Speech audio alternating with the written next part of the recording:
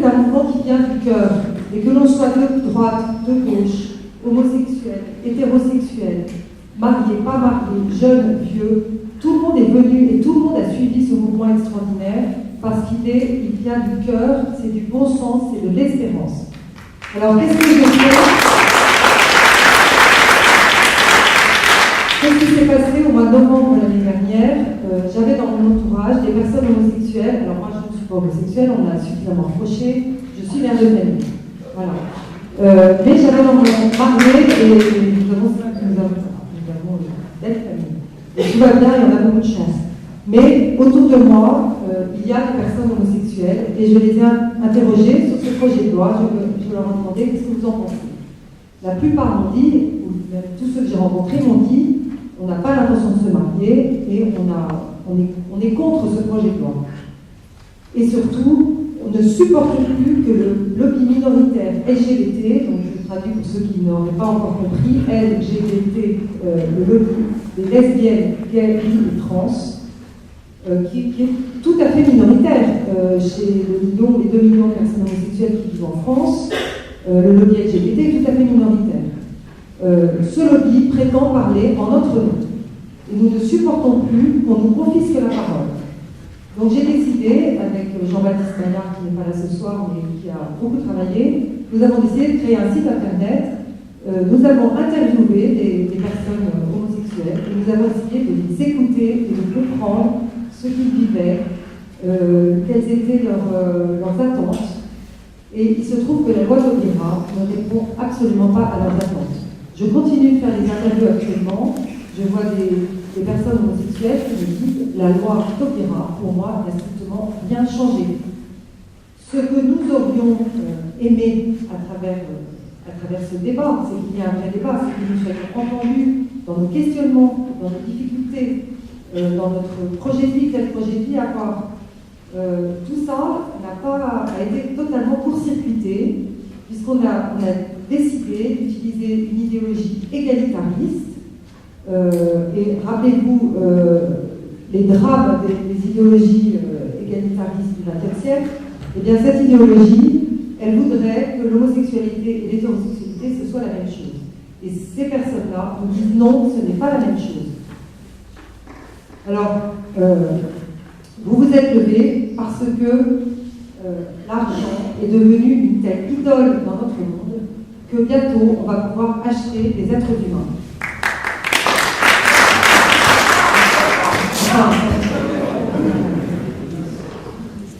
Les êtres humains, et l'homme devient un prédateur pour lui-même, puisque dès avant sa naissance, il devient un bien fabriqué dans le ventre des femmes les plus démunies pour être vendu au plus offrant par des intermédiaires sans scrupules qui s'enrichissent grassement au passage. Ce marché de la PMA et de la GPA est en plein essor et il faut savoir qu'il y a des enjeux financiers énormes derrière. Et puis, ce qu'on sait déjà, c'est que les grands professeurs de médecine organisent des congrès. L'étape suivante, qui n'est plus de la science-fiction, ce sera l'utérus artificiel. Vous pouvez regarder sur Internet, il y a des congrès de grands médecins internationaux, et ces médecins nous disent aujourd'hui, on sait faire les 8 premiers jours d'un être humain dans une éprouvette, on sait faire les 4 derniers mois dans une couveuse, et il vous reste, je ne sais plus combien de semaines, entre les deux, et puis on arrivera à fabriquer des êtres humains sur commande, sans avoir besoin du père et de la mère. C'est vraiment le pire des mondes qu'on puisse arriver. Alors comment est-ce qu'on en est arrivé là? Parce qu'on s'était piégé par une idéologie qui a surfé sur la souffrance supposée ou réelle de certaines personnes qui sont confrontées à l'homosexualité.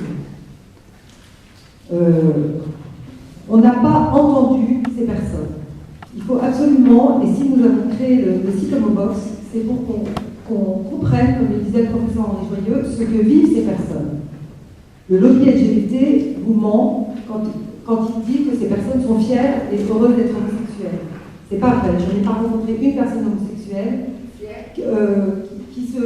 qui saute de joie en se rendant compte à l'adolescence qu'elle ne regarde pas les personnes de sexe opposé, mais les personnes de même sexe. Ça suscite un nombre de questions chez un adolescent qui souvent ne peut les poser à personne. La personne à qui en parler, Et c'est la raison pour laquelle, depuis 30 ans, on n'a rien fait. On a laissé faire les lobbies LGBT. Les familles n'ont pas été à l'écoute de leurs enfants confrontés à ces questions-là. C'était trop tabou. Et on a envoyé les jeunes directement dans le Marais, puisque c'était le seul lieu où ils pouvaient s'exprimer, vivre librement leur homosexualité et en parler avec d'autres. Aujourd'hui, il est urgent, dans les associations familiales, dans l'Église, dans les différentes confessions, de pouvoir accueillir ces personnes, d'entendre leurs questionnements et de ne pas répondre à leur place. La loi Taubira a voulu évacuer toutes les questions de ces personnes. Voilà. Et on en arrive aujourd'hui à une division, et on en arrive à des... J'ai trouvé ça aujourd'hui sur Internet. Qui veut la fin de la famille? Je ne sais pas si vous voyez, on voit une famille père-mère avec les enfants, et puis on voit un adulte à côté avec le drapeau LGBT, donc une personne homosexuelle, qui tire sur la famille. C'est homophobe, et ça n'est pas la réalité. Parce que la réalité, c'est que le petit garçon que vous voyez là, peut-être qu'il deviendra homosexuel. La personne homosexuelle, elle grandit au cœur d'une famille. Et si les personnes homosexuelles se sont levées très nombreuses pendant les manifestations de l'année dernière pour défendre la famille, c'est que ces personnes-là, comme tout un chacun, ont un absolu besoin de famille.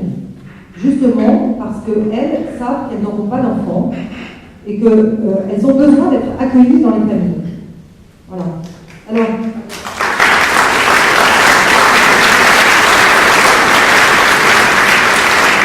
je crois qu'il faut arrêter avec ce monde de la toute-puissance où la vulnérabilité et la fragilité sont interdites.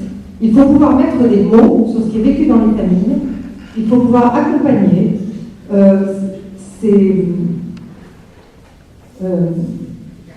La vulnérabilité et la fragilité de l'homme n'est pas un tabou. Cette toute-puissance nous mène à une impasse qui est insupportable. Voilà, alors pour terminer, donc, ces questionnements que se posent les jeunes, par exemple, quel sera le regard des autres sur moi, comment parler de cette réalité à ma famille, à mon entourage, eh bien, la réponse de la loi Taubira était tranchante. Ne te pose pas ces questions, tu vas désormais pouvoir te marier, acheter des enfants avec ton compagnon, et point final. Donc cette loi qui se veut soi-disant généreuse et ouverte, elle oppose une fin de non-recevoir aux questions légitimes que peut se poser un adolescent, ses parents et la société tout entière.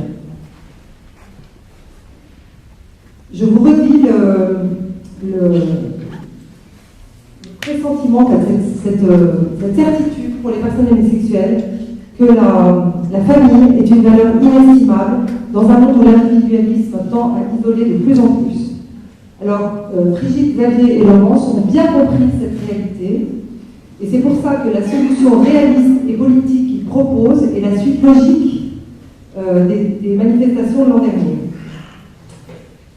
L'État est responsable du bien commun. Laissons à l'État le soin de prendre des dispositions législatives de protection patrimoniale ou autres des personnes homosexuelles qui, après un cheminement souvent pas très simple, décident de construire une forme de vie commune parce qu'elles n'auraient pas choisi au départ.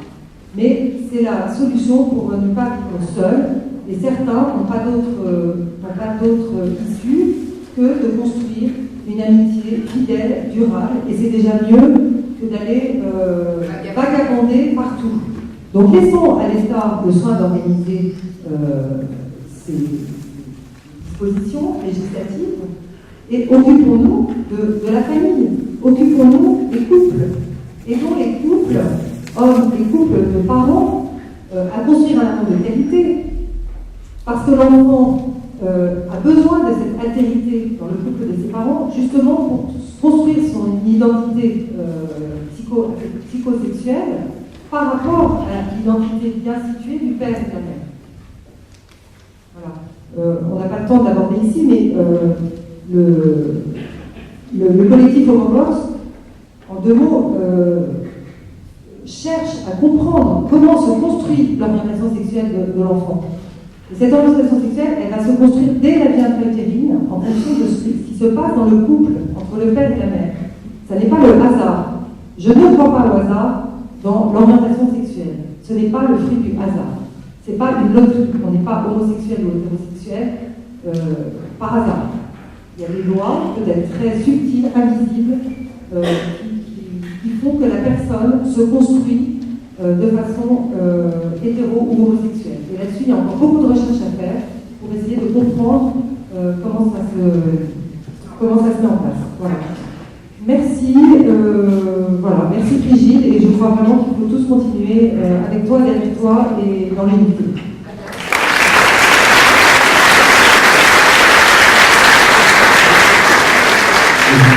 J'aimerais réagir à ce que tu viens de dire, Nathalie.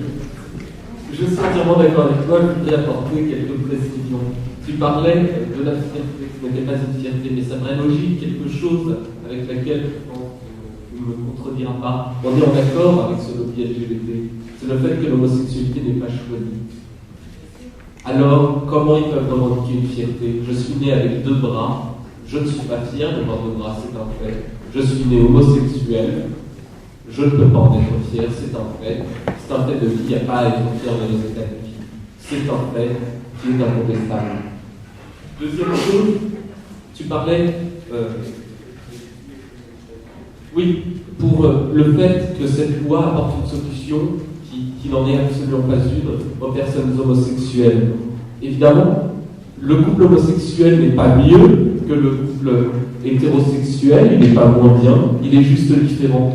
Ce gouvernement, en appliquant cette loi, a créé ce principe fondamental de notre République, le droit à la différence, ils l'ont supprimé. Or, selon moi, l'humanité n'est humanité qu'en ce qu'elle a de différence. Nier la différence, c'est nier l'humanité, et c'est ce qu'ils font avec cette loi. Ils ont nié l'humanité, il faut rétablir la différence, il faut rétablir le droit à la différence. Et j'aimerais terminer, tu parlais des droits patrimoniaux, j'aimerais terminer par le fait que, oui, les droits patrimoniaux et la reconnaissance du couple homosexuel a quelque chose d'important. J'entends beaucoup de monde dire que ce n'est pas important et que ça ne doit pas être fait. Il y a quelque chose de très simple, c'est que moi je me suis toujours battu pour l'engagement. L'engagement pour son pays, l'engagement dans la société, l'engagement entre les personnes. On ne peut pas dire aux personnes continuez à avoir une vie dépravée, on doit absolument favoriser l'engagement et tous les engagements, aussi bien l'engagement pour son pays que l'engagement au sein des couples et quel qu'il soit.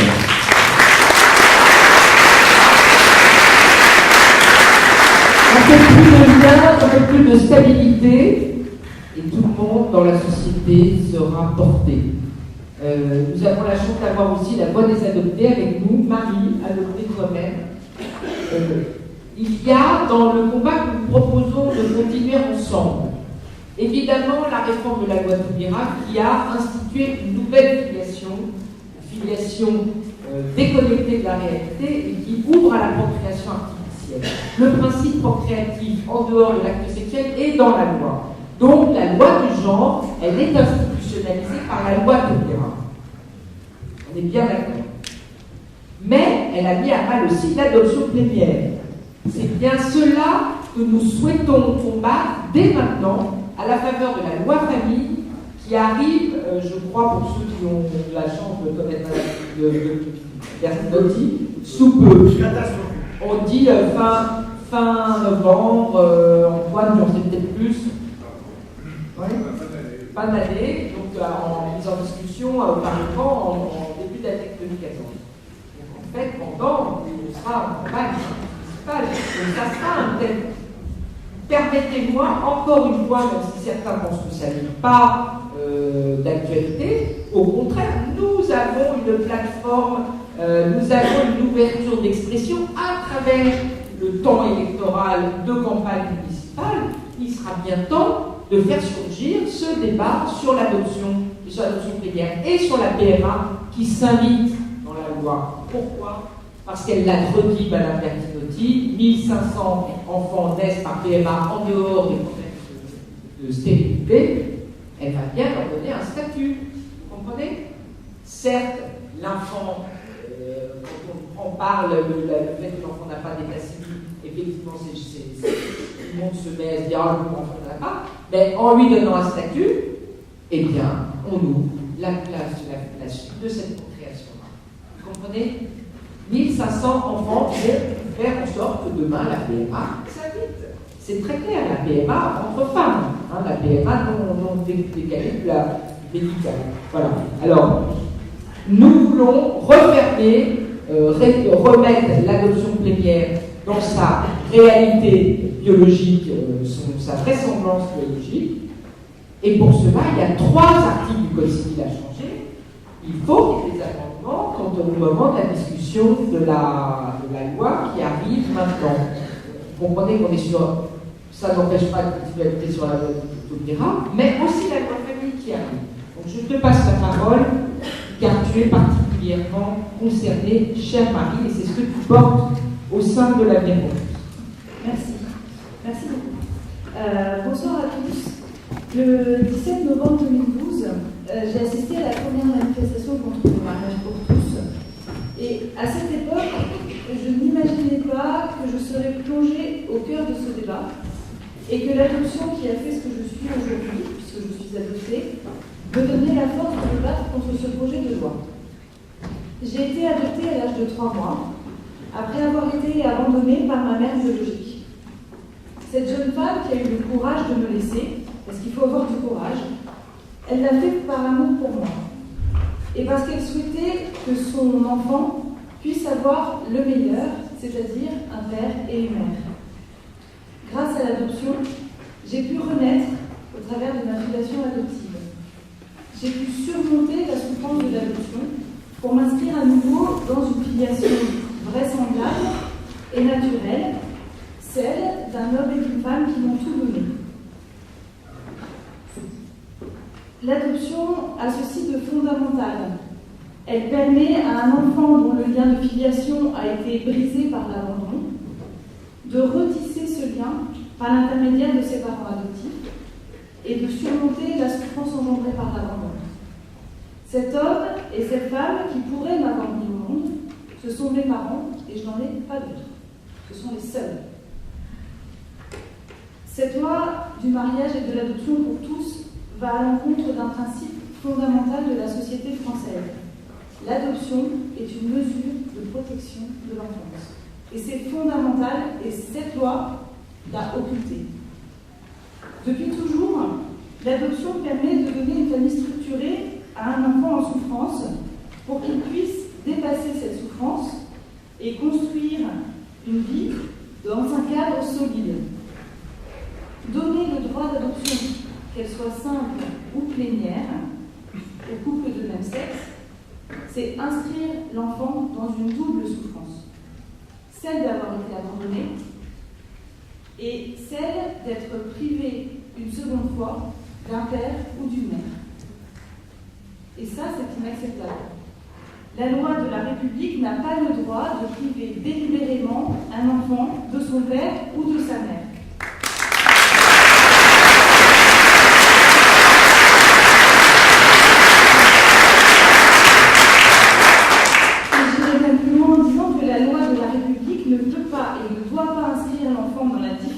Pour répondre aux exigences et aux désirs des adultes.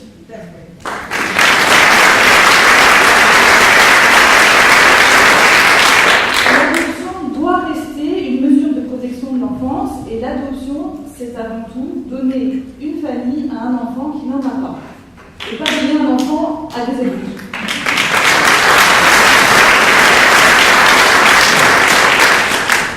J'ai pu discuter avec une juriste spécialiste de la famille et de la protection de l'enfance et qui m'a dit quelque chose que je n'imaginais pas. Depuis plusieurs années, elle reçoit des couples de femmes dont les enfants sont en grande difficulté psychique et physique. Et la question qu'elle se pose dans ces situations est la suivante. Faut-il retirer l'enfant de cette situation familiale pour le protéger ? Doit-on le retirer à sa mère pour lui permettre de ne plus souffrir ?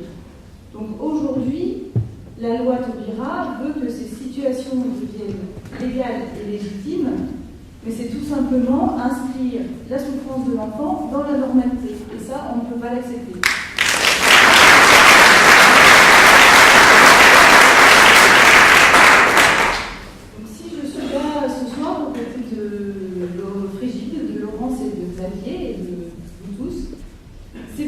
continuer envers et contre tout à défendre le droit de l'enfant à avoir un père et une mère.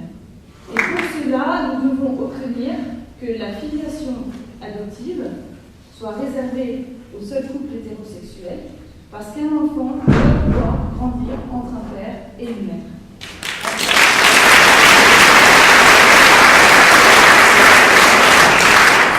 Et c'est pour cela que je suis l'avenir pour tous, que je souhaite que l'alliance civile puisse remplacer le mariage pour les couples de même sexe sans droit d'adoption, pour permettre de protéger la filiation naturelle, adoptive ou biologique, et de légaliser le partage d'éducation parentale pour les couples de même sexe. Très bien.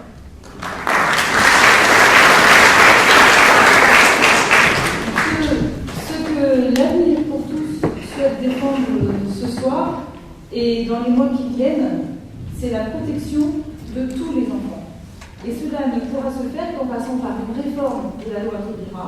Et c'est pour cela que je me bats aujourd'hui avec vous tous, et surtout pour la défense de l'intérêt supérieur de l'enfant.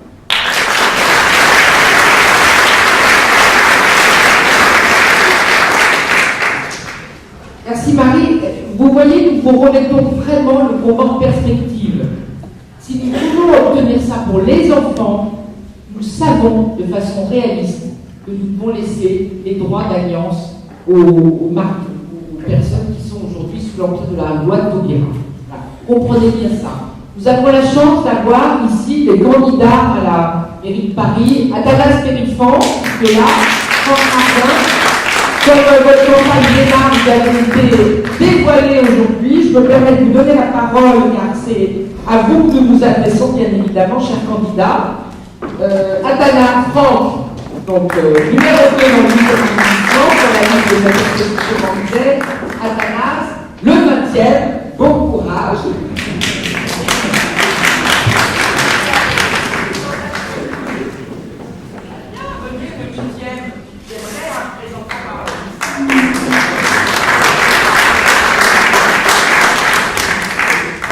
Bonsoir à tous. Frigide, je ne suis pas venu pour faire campagne. Parce que je suis dans le 20e, je ne suis pas certain qu'il y ait beaucoup d'habitants du 20e ici. Il y en a pas beaucoup, mais c'est pas grave.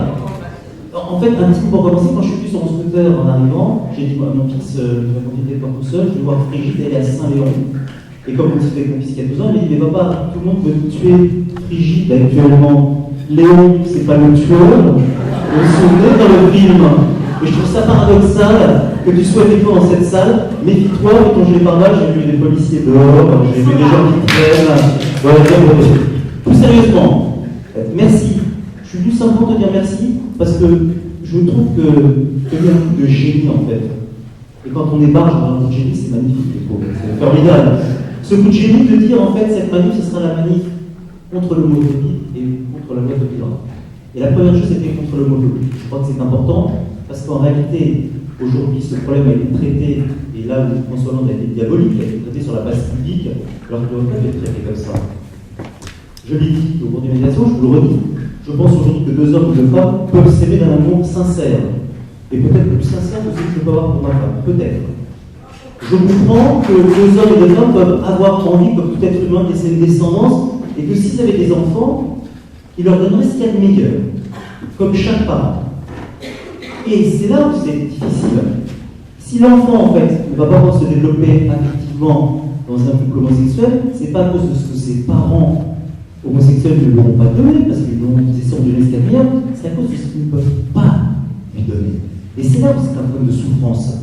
Et c'est vrai qu'on ne règle pas ces problèmes dans la rue, souvent, d'un côté comme de l'autre, qui finissent par être réducteurs. Et qu'il aurait fallu, en fait, traiter les choses différemment. C'est un problème de souffrance. Je suis à la mairie 17e. Je suis permanence le mardi. C'est étonnant, comme le mardi, il y a un nombre de mariages homosexuels. Il n'y en a pas le lundi, il n'y en a pas le mercredi, il n'y en a pas le jeudi, il n'y en a pas le vendredi. Le mardi, ils ont tous envie que je marie ces couples homosexuels. Je me suis posé la question, je me dis, tiens, statistiquement, c'est la probabilité quand même assez rare qu'ils viennent tous se marier avec moi, d'autant plus que j'étais en première page du site Act Up avec un grand Athanas Périfan homophobe. Sur le mur. Alors j'étais sur le mur des homophobes, j'étais pas sur le mur des cons.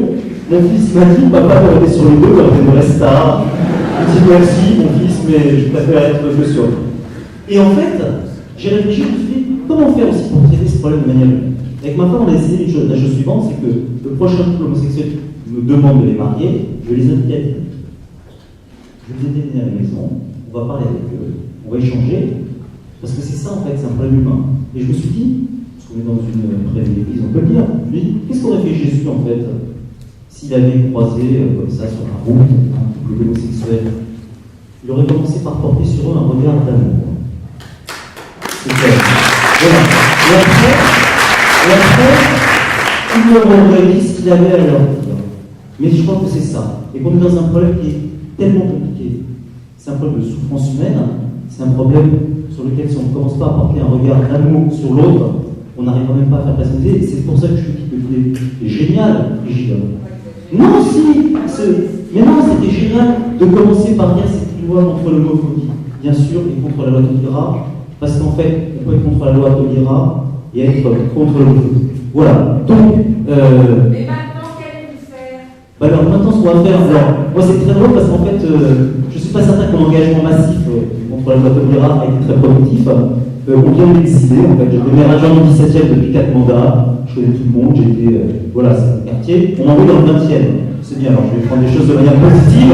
Je me dis, tiens, c'est bien, en fait, finalement, voilà. Donc je vais aller dans le 20e, et puis c'est ce que j'ai fait des journalistes ce matin qui disaient, mais vous êtes parachutés. J'ai dit, écoutez, j'aime et j'ai aimé les habitants du 17e, et ben je vais apprendre à aimer les habitants du 20e, peu importe le territoire et les êtres humains.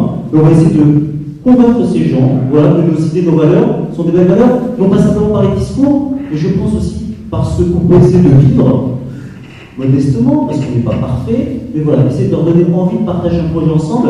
Je termine en disant, parce que je crois que Franck est un peu pressé, et que je suis un voisin bavard, et je suis le créateur de la fête des voisins. Et votre vraie chance, comme je suis un voisin bavard, c'est qu'on n'est pas dans le même immeuble. C'est quand vous partez le matin en retard à un rendez-vous et que vous rasez Athanas dans le hall, et il faut aller au secours, on n'est pas dans le même immeuble. Je terminerai sur le projet que j'ai envie de faire partager aux habitants du 17e. Aujourd'hui, la classe politique, quelle qu'elle soit, claire, gauche comme à droite, n'a pas de vision et n'a pas cette envie de faire partager aux habitants un projet. Elle apporte des solutions. Il y a un problème sur le logement, on fait un plan logement. Il y a un problème sur le vieillissement, on va faire un plan dépendance. Moi, ce que j'ai envie de dire aux gens, mais qu'est-ce qu'on a envie de partager ensemble? Sur les territoires où nous sommes, qu'est-ce qu'on a envie de vivre les uns avec les autres? Et le projet, ça ne peut pas être un projet qui est construit dans l'avoir, dans le matériel. Parce qu'il faut être très clair, c'est Exupéry disait, donneurs du pain, ils se battront, clairement, force-les à construire ensemble des cathédrales, deviendront une frère. Donc, pour être dans le vent, je vais refaire la phrase, donneurs du pain, ils se battront, force-les ensemble à construire des logements sociaux, ils deviendront des camarades. Ça, c'est un discours qui passera dans le 20e. Avec les enfants aussi, je te promets, Athanas, que nous viendrons faire des réunions pour réformer la loi Taubira de façon respectueuse, mais chez toi, dans le 20e aussi. Alors, si Brigitte vient dans le 20e, je vous le garantis, le 30 mars, je suis maire du 20e. Bon, merci Athanas d'être venu et à la prochaine fête des voisins, parce que nous sommes voisins à Paris. Bon, Franck, alors le 12e arrondissement, en France, oui, alors, moi, tout d'abord, Brigitte, je voudrais dire, deux petits mots, je vais beaucoup moins parler d'Athanas, et surtout beaucoup moins de faculté à parler comme ça. Donc, je voudrais d'abord dire que je vais pour 4 raisons. Tout d'abord, parce que tu m'as dit, et ça c'est très important quand on est dans la vie publique, de manifester l'amitié à des gens qui se battent. Je viens également en tant que vice-président du Parti chrétien-démocrate, parce que je pense que notre action a un sens, et a un sens pour les partis politiques. Je viens à cette audition très content de représenter le maire du 15e arrondissement, M. Goujon, président de la Fédération BNP de Paris, qui m'a dit va me représenter chez lui. Je ne peux pas y aller, donc c'est une grande erreur pour moi, mais je suis très important en train de faire cette émission. Et je viens pour une 4e raison, c'est à titre personnel. Et pourquoi à titre personnel? Parce que ça va être la plus importante, parce que je pense que notre cœur ici une très grande fragilité. La fragilité humaine, c'est la fragilité d'être différent. D'être homosexuel, d'être hétérosexuel, d'être adopté, d'être de gauche, d'être de droite, d'être malade, d'être une force.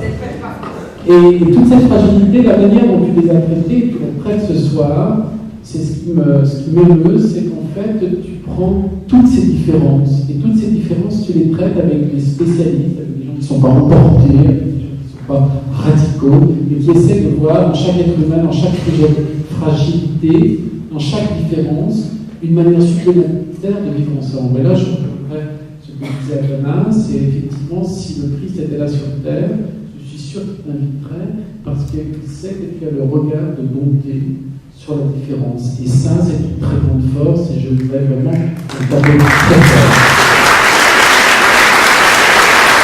Alors, une fois que je disais, ta charte, votre charte, la charte. Alors, j'ai regardé, j'ai regardé beaucoup d'attention, j'ai trouvé qu'elle avait beaucoup de justesse, qu'elle avait beaucoup d'idées. Je souhaite l'apporter, je souhaite bien sûr l'apporter parce que ce sera des actions, mais je n'étais pas venu en campagne. J'ai joué la charte, tu peux l'éloigner cet après-midi. Donc, je l'ai parcouru, j'ai trouvé beaucoup de choses intéressantes, parce que tout intéressant, je ne peux pas dire que je n'ai pas trouvé de choses intéressantes, je ne peux pas me prononcer à 100%, puisque je ne l'ai pas lu complètement. Mais la seule chose que je voulais vous dire, vous, j'allais dire citoyens, c'est que vous êtes des électeurs. Et le pouvoir, en fait, il n'est pas dans vos mains. Le pouvoir, il est dans vos mains. C'est-à-dire dans vos mains d'abord parce que vous allez voter, déjà il faut voter, et puis vous allez faire voter, et puis vous allez voter et faire voter en fonction des convictions que vous portez, que vous trouvez justes. Donc en fait, j'allais dire, pour la charte, moi je suis tout à fait capable de la porter si elle vous intéresse. C'est ça. Voilà. Merci beaucoup pour cette espérance, parce que c'est là que tu feras revivre, enfin, où tu continueras le mouvement, encore une fois, qui passe du citoyen aux élus, et les élus, évidemment, municipaux, sont extrêmement nombreux. Donc vous portez juste au degré supérieur ce que nous sommes au premier échelon du citoyen et qui appartient normalement le pouvoir. Merci beaucoup d'être venu. La messe des parlementaires. Seuls les politiques ne pourront pas honnêtement tout faire. Déjà, il y a forcément déjà une division sur la droite, parce que pour la droite est quand même beaucoup plus représentative dans ce mouvement, entre ceux qui veulent abroger la loi et ceux qui pensent que c'est perdu. Seuls les citoyens, c'est vous qui allez donner un élan, parce qu'il va falloir que les hommes politiques soient largement soutenus. Mais largement soutenus, je reste persuadée qu'ils sont capables d'avancer dans cette voie-là, dans cette voie de frigide, et pas... parce qu'il faut laisser une porte ouverte, effectivement, et ce contrat d'union civile et la protection de l'enfance qui est largement dit, répété, mais c'est quand même le motif numéro 1 de l'abrogation de cette loi. Merci Mitra, parce que nous laissons les élus repartir en campagne. Et il y avait un petit mot, Henri, tu voulais redire une chose sur l'adoption. Nous avons la chance d'accueillir aussi Cécile Landon, qui nous rejoint. Nous sommes très heureux.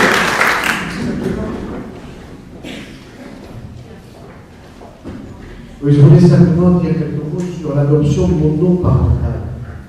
Comment certains ont argumenté pour l'adoption biparentale de deux parents de même sexe. Ils sont partis du principe qu'il y avait une loi qui permettait l'adoption monoparentale, et cette loi était effectivement présente, mais catastrophique. Elle était issue de la guerre. Il était normal qu'après la guerre de 14 et la guerre de 40, il y ait des enfants qui puissent être adoptés par une tante, par un oncle, par une personne seule, parce qu'ils avaient perdu dans la guerre leurs deux parents. Ça, c'était logique. Mais nos hommes politiques, qui ne sont pas courageux, ils n'ont pas vu venir la chose. Il fallait supprimer l'adoption monoparentale parce que c'était fini.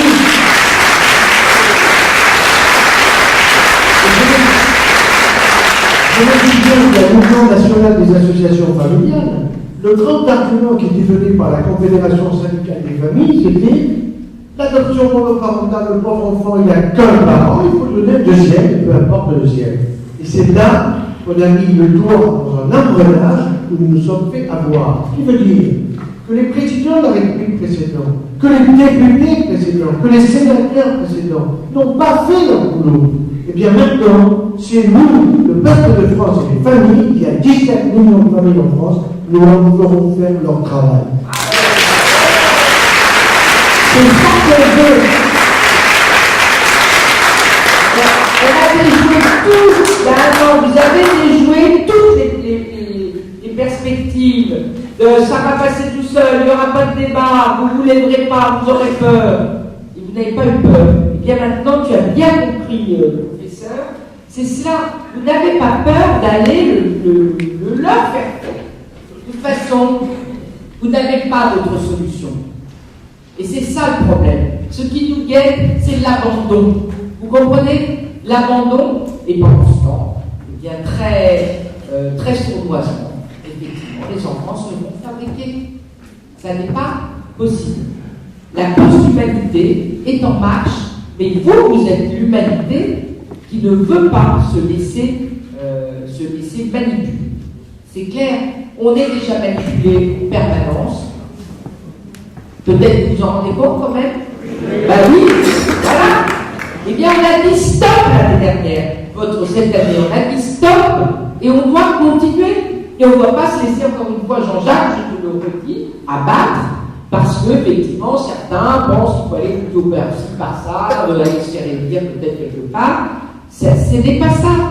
Notre objectif, c'est ce que vous voulez est tellement juste et légitime que ça doit et ça arrivera. Voilà. Alors d'ailleurs, je donne la parole à une jeune autre mère de famille qui, elle, me rejoint pour s'engager depuis ses convictions plutôt de droite, mais que cette droite doit être portée par ses valeurs humaines.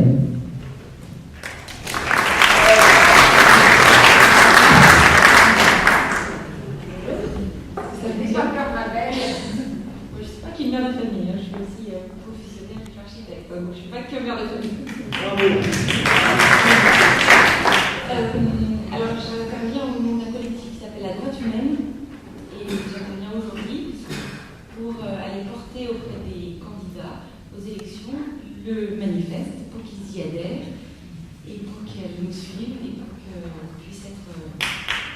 Je n'ai pas grand-chose à dire à part que je vais aujourd'hui aller. Et comment tu vas faire? Mais si, on va voir si tu as compris comment ça marchait. Comment vas-tu faire concrètement? Parce que nos amis peuvent se poser la question. Comment on va faire, Géraldine? Alors déjà, j'ai besoin de vous tous. Parce qu'on va être nombreux pour peser auprès des politiques. C'est complètement légal, ça s'appelle du lobbying et c'est un droit, c'est un devoir et on va voter. Donc, comme on va les nerveux, on va représenter quelque chose. J'ai besoin que vous soyez avec nous, j'ai besoin que vous adhériez au manifeste pour prouver qu'on est nombreux et j'ai besoin que vous nous aidiez auprès de vos élus dans vos communes pour aller poser, pour aller porter le manifeste. Donc moi j'interviens au nom de la droite, le grand s'intervient au nom de la gauche et chacun prend notre petite besace et aller les voir aller leur vie. Vous êtes des pèlerins. Vous êtes des pèlerins de la politique. Ce qui n'empêche pas que nos associations familiales, je pense à Antoine, tu veux dire un mot, Antoine? Non, il ne va rien dire, il écoute. Hein? Clotilde, tu es là, Clotilde, pour nous dire? Bon, je te passe la parole après pour qu'on comprenne bien ce que pourrait être la proposition que nous faisons, notamment pour les enfants avant qu'ils soient adoptés, ce qu'on peut proposer tout de suite en remplacement de l'adoption plénière dans les enfants élevés dans les groupes de même sexe. Hein? Tu peux dire un mot de ça? Et Famille de France, je ne voudrais pas que vous pensiez, ça c'est très important, que le travail fait par chacun, donc de ces associations qui sont sur le terrain, et nous avons la chance ici à Saint-Léon d'avoir des actrices qui sont dans je suis membre adhérente, merci, qui font un travail formidable, notamment d'information, notamment de formation, notamment aujourd'hui tout ce qui concerne l'éveil des gens, la connaissance sur notamment ce qui se passe à l'école sur le gender, les rythmes scolaires, enfin, tout ce que les associations familiales font reste valable et doit être fait. Et c'est vrai qu'il faut réfléchir à cette alternative de la loi famille. Mais nous, ce que nous vous proposons, c'est que, déjà pour certains, vous êtes impliqués là-dedans, mais vous avez une nouvelle fonction. Et cette fonction, c'est celle qui s'exerce le temps de la campagne électorale. Est-ce que vous comprenez? Oui? Eh bien ça, on n'avait pas cette conscience avant les manifs. Et moi, ce qui m'apparaît, c'est que la suite de la manif, c'est ce temps de votre pèlerinage auprès des candidats pour y faire inscrire de façon réaliste, donc réalisable, ce qu'il y a à faire dans notre société. Voilà. Alors vous voyez, vous pouvez choisir si vous voulez, si vous vous sentez, et moi je vous dis de pas simplement vous sentir, vous devez y aller. Ce que vous avez entendu ce soir, vous devez aller le dire aux uns et aux autres. Il y a un mouvement qui s'organise pour faire des équipes qui iront dans les communes voir leurs candidats avec cette charte qu'on peut bien évidemment améliorer. Il n'y a notamment pas de volet adoption dedans. Oui, et la clause de conscience. Alors ça, je vais vous en parler, je vais vous en dire un peu tout de suite aussi. Nover la loi Taubira de mariage pour redonner sa spécificité à chacun des couples en fonction de sa finalité, évidemment, ça laisse quand même la place, une fois que la loi est réformée, à une alliance en mairie. Hein. On ne pourra pas aller au-delà de la mairie, ça je vous le dis très sincèrement. Ce qui me laisse vous dire aussi que la clause de conscience que nous demandons aujourd'hui pour le mariage, notamment, c'est l'entente des mères pour l'enfance, qui est arrivée déjà à cet énorme résultat d'être devant le Conseil constitutionnel, hein, pour faire déclarer inconstitutionnelle la loi ou en tout cas la circulaire Valls par rapport à ces principes constitutionnels de la liberté de conscience, doit s'appliquer. On est dans la bioéthique là, doit s'appliquer en faveur des enfants, mais peut aussi s'appliquer. Et c'est en cela que je rejoins certains d'entre vous qui déjà dans l'union de deux hommes en mairie, ils voient quelque chose qui offre leur conscience. Eh bien, il y aura, nous mettons dans la charte, la clause de conscience, même pour l'alliance. Vous comprenez? Parce que je comprends ce que, et je le sais d'autant plus que, comme vous, je suis chrétienne et je sais d'où vient tout cela. Non, tout le monde n'est pas, mais quand on est catholique et qu'on est à Saint-Léon, on comprend pourquoi ça heurte les consciences, bien sûr, même en alliance. Mais comprenez que c'est au nom de la préservation, de la filiation et de la procréation que nous faisons ça. Alors, l'acte de conscience s'appliquera aussi, en tout cas, nous la demandons aussi pour la loi alternative d'alliance civile. Voilà. C'est pas la loi Marcus, c'est la loi Castel, elle existe. Cette loi a été proposée lors de la discussion, elle est ici, cette proposition de loi numéro 388, vous pouvez aller la consulter sur le site de l'Assemblée nationale, et elle prévoit aussi la façon pour les enfants qui sont élevés par des couples de même sexe, la façon de réformer cette fameuse adoption pour les couples de même sexe. Je donne donc la parole à une juriste. Clotilde, comment? Non, mais attends, Clotilde va nous dire un mot, car cette juriste s'y connaît très bien en loi et en amendement, et c'est grâce à elle qu'on va y arriver aussi. Clotilde, vous êtes Bonjour à tous. Alors d'abord je voulais dire à quel point le combat de Brigitte est important, car c'est tout de suite qu'il faut obtenir l'abrogation de la loi Taubira. C'est dans la foulée qu'il faut l'obtenir avec ce mouvement qu'elle a mis sur la route. Ça n'est pas dans 10 ans, et dans 10 ans les dégâts seront irrémédiables. Il faut obtenir donc ce que Brigitte a mis dans sa charte, l'abrogation de l'article 6-1 nouveau du Code civil et l'abrogation de l'article 143 du Code civil, deux textes, et ça suffit. En l'état, avec la loi Taubira, c'est l'identité sexuelle des êtres humains qui a été supprimée pour tous les couples mariés. C'est quand même assez grave. On n'est plus reconnus comme hommes et femmes, puisque à l'article 6-1 du Code civil, il est dit que être deux hommes ou deux femmes, être un homme et une femme, c'est pareil, du point de vue de la parenté ou du point de vue du statut de couple. Un homme n'est pas une femme.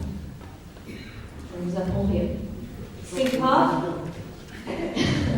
C'est grave d'en faire un principe en tête du Code civil, et tout ceci est lié à cette idéologie du gender qu'on nous met même à l'école, en essayant d'ébranler l'identité sexuelle des enfants, alors qu'ils ont besoin au contraire d'être bien dans leur sexe, demandant, par exemple, je vous cite un témoignage d'un petit garçon d'essayer d'être une fille. Donc, c'est une idéologie. Alors, vous avez, on l'a combattu une quinzaine d'années. Grâce à Frigide, on arrive à en parler de façon vraiment sur la place publique, alors que sinon, avec des nombreux juristes, quand même, on se battait. Mais. On se battait non, pardon Antoine, oui, dans l'aquarium. Voilà, donc maintenant, on est sur la rue, il y a beaucoup à faire. Donc, le mariage, homme-femme. L'adoption, pas d'adoption envisageable. Pour un enfant a besoin d'un père et d'une mère. L'adoption, c'est une mesure de protection de l'enfance. Ce que Marie-Pète a tout à l'heure très bien dit, c'est que quand un enfant a souffert, on ne va pas le mettre dans une situation dans laquelle il ne va pas avoir l'altérité sexuelle de père et la mère dont il peut avoir besoin pour se reconstruire. C'est pareil pour que l'adoption soit plénière ou qu'elle soit simple.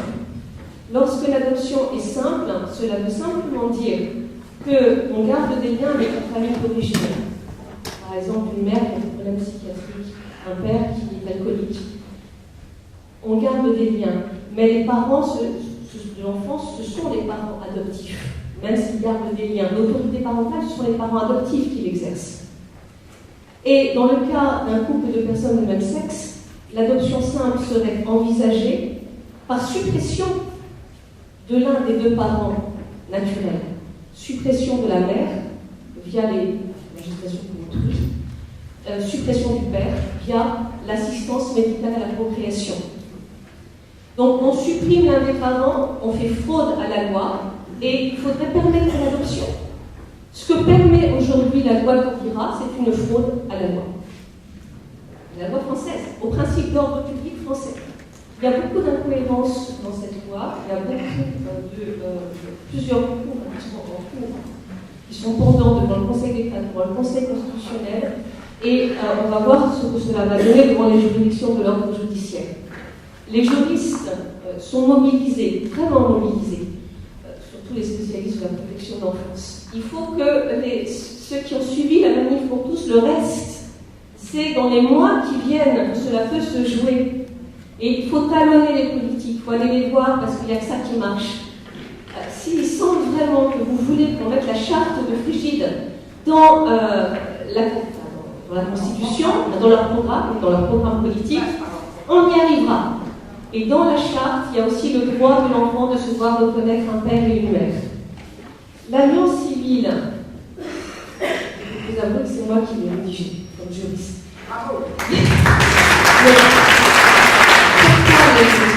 Parce qu'il fallait une solution juridique qui ne soit pas le mariage pour les couples de personnes de même sexe qui existent et qui ont, et c'était très bien ce que disait Xavier tout à l'heure, c'est qu'il est important qu'ils puissent s'engager. Et voilà. Il n'y a pas l'alliance civile, allez voir le texte. J'ai fait très attention. Tout est fait pour protéger les personnes sans affecter les enfants. C'est-à-dire que même il y a une vocation successorale, mais elle préserve les intérêts des enfants du premier lit. Il faut penser à eux aussi. Il y a une protection dans la dissolution de l'union, mais il n'y a aucun droit d'autorité parentale. Pourquoi? Parce que l'autorité parentale, ça ne se donne pas comme ça. L'autorité parentale, c'est hors du commerce. Ça n'est pas dans les conventions. On ne peut pas donner l'autorité parentale sur un enfant parce qu'on en a envie. Donner des droits sur un enfant, c'est énorme. Ça veut dire qu'on va pouvoir participer à la construction de son avenir, décider de quelque chose pour lui. Et que se passe-t-il lorsqu'il y a des accords, des unions avec le parent biologique? S'il n'y a plus de hiérarchie, s'il n'y a plus de critères comme dans la loi Taubira, si la filiation est sociale, même le parent biologique n'est plus protégé. Et ça, personne ne l'a vraiment compris. On pourrait retirer, après séparation, l'enfant à son parent biologique pour le confier à l'autre, puisqu'il n'y a plus de hiérarchie. C'est une loi qui ne fonctionne pas. C'est une loi qui peut faire beaucoup de dégâts. Et grâce à Frigide, c'est même au-delà de la France qu'on s'en est rendu compte. Il y a des communiqués à l'étranger, ils nous regardent, ils espèrent qu'on va continuer à se bouger. Alors voilà, il faut continuer à y croire, il faut agir, et vraiment, ça n'est pas perdu. C'est dans les mois qui viennent que l'on peut obtenir des politiques qui reviennent sur la voie du vivre. Merci.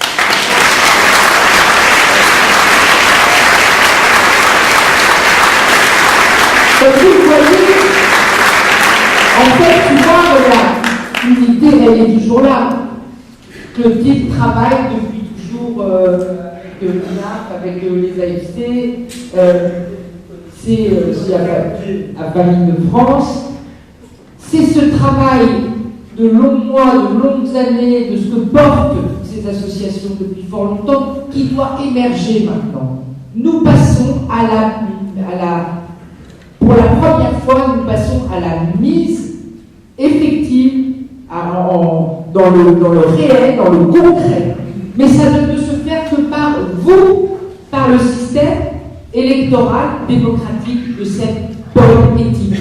Nous ne voulons plus du politisme qui fait qu'on vote parce que c'est un parti et parce que vous allez dire on en a marre de machin, on en a marre de trucs. Mais qu'est-ce que ça veut dire? C'est comme ça qu'on a eu François Hollande parce qu'on en avait marre de Sarkozy. Et bien regardez le résultat aujourd'hui. Toute la structure de la société est en train de s'effondrer. Donc on ne peut plus voter uniquement sur des coups de colère et des coups de tête. Vous êtes des pères et des mères responsables. Vous savez construire un avenir pour vos enfants, pour vous-même. Vous savez être des gens qui économiquement sont rationnels, sont raisonnables. Vous pouvez l'être pour votre pays. Et vous avez les moyens puisque vous vous êtes réveillés. Vous comprenez? Il s'agit maintenant de passer à la phase positive. Nous étions en phase de contestation. Nous passons à la proposition efficace et tout de suite, nous avons 2 mois de campagne, ni plus ni moins. Vous comprenez? Enfin 2 mois, parce qu'on est si, parce que décembre ça va être novembre, voilà, il y a novembre ça part, ça commence, vous allez juste reprendre connaissance de vos candidats. Décembre, hop, le 15 c'est fini, c'est déjà Noël. Après, janvier, février, c'est terminé, vous avez 3 mois. Mais ces 3 mois doivent être mis à profit pour leur dire, cette fois-ci, on ne vote plus pour vous, pour rien. Nous vous avons prouvé que vous étiez derrière nous. Eh bien, là, on va vous remettre devant, mais cette majorité qui sort de ces mois et cette année de contestation citoyenne, cette majorité, elle doit porter la même chose que ce que nous avons porté. Ni plus ni moins que le retournement structurel de la conception de notre société, de notre humanité. Est-ce que vous comprenez qu'on ne peut pas faire ça à 400? Il faut repartir dans le nombre que nous étions et aller chercher nos élus aussi de gauche. Il faut aller leur dire maintenant, ça va, vous vous êtes fermés une fois, mais regardez, vous n'avez plus aujourd'hui, vous allez perdre le pouvoir, alors libérez-vous. Eh bien peut-être que vous retrouverez aussi là des voix et vous allez retrouver des gens qui vont voter pour vous. La majorité, la vague bleue qui est en train de se lever, ne peut pas être une vague vide. C'est extrêmement important. Ne donnez pas de blanc-seing. Vous avez véritablement devant des gens qui vont vous y aider. Et nous allons retrouver aussi à la manif pour tous la façon de le faire ensemble. Je vous assure que c'est ça qui doit devenir à nous c'est bien de réfléchir au Grenelle de la famille. Mais le Grenelle de la famille, on a des associations familiales, on a des juristes, c'est fait. Écrire la loi, ça sera très vite. Elle est déjà prête, je vous le dis, Clotilde l'a fait. Voilà. Alors on va peut-être passer des plans. On va pas. Voilà, c'est 2 articles aujourd'hui. La loi de famille et c'est les 1500 PMA. Ben non, on ne leur donne pas de statut comme ça. On réfléchit. Mais c'est très vite fait, c'est déjà fait. La réflexion est menée depuis des années. Maintenant, on le porte auprès de nos candidats. Voilà. Voilà ce que nous dit, on est très très nombreux. Alors j'imagine, hein, j'imagine, on va peut-être rallumer la salle parce que là, il est déjà 10 heures. Mais on va vous passer les micros, je crois que maintenant... Ah, vous êtes vachement nombreux, bravo, merci d'être venus si nombreux. On va... Eh bien, vous avez des questions. Voilà. Alors, on va vous passer le micro et on va répondre à vos questions, tous ensemble. Et Cécile et Marco, vous direz un petit mot à la fin, hein, d'accord? Vous connaissez?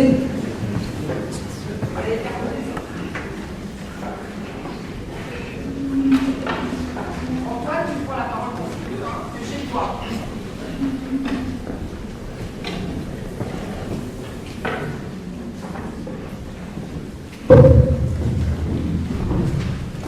Oui, madame.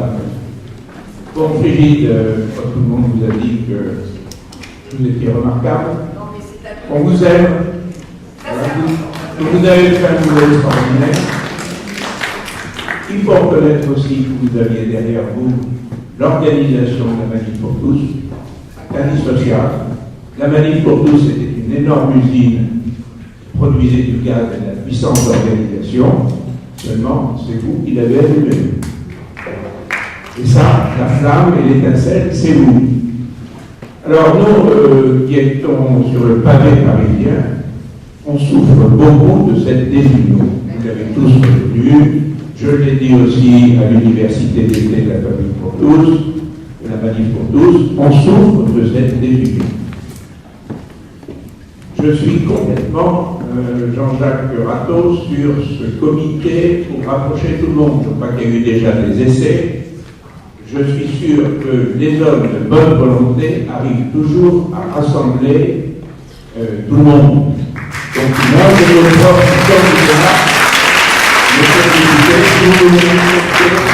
dans votre comité, je suis candidat pour vous aider à ce rapprochement qui se fera.